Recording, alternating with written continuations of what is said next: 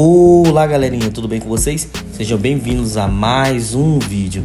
E hoje nós vamos aprender a como desenhar um novo personagem de Pop Playtime capítulo 4, o Baba Chupes. Ele que é um formato aí de ovelha negra e já tem aquele carisma dos Smiley Critters. E aparentemente vai ser o novo vilão do jogo lá do capítulo 4, que vai se chamar Pop Playtime 4 Nightmare Critters. Então, como ele é uma grande novidade que surgiu, tô trazendo ele aqui pro canal. E falando no canal, para quem não sabe como funciona o canal de desenho, é bem simples. Você pega a folha aí, pega o lápis, pega a borracha e vai copiando as linhas que eu fizer no vídeo, passo a passo, rápido e fácil. Já aproveita que você tá aqui, deixa aquele likezão, seu like é extremamente importante para o canal continuar crescendo. Eu consegui trazer mais vídeos diariamente aí para os fãs do canal. Então, se inscreve no canal também se você ainda não é inscrito, ativa o sininho para ficar por dentro das atualizações e comenta aí embaixo. Você gostou do trailer do Pop Playtime capítulo 4? Sem mais enrolação, se você ainda não pegou, pega o lápis, pega a folha e vamos desenhar.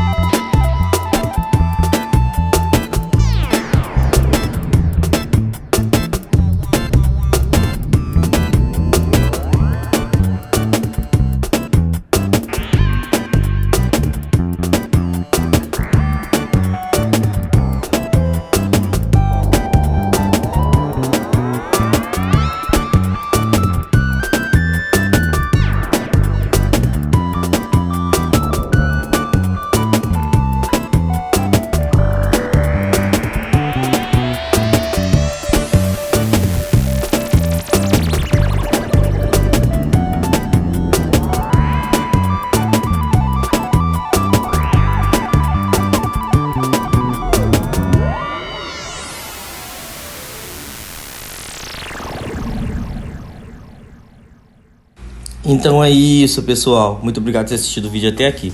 Comenta aí embaixo o que você achou do vídeo. Assiste os outros vídeos que estão aparecendo pra você aí no card. Valeu, tchau, fui!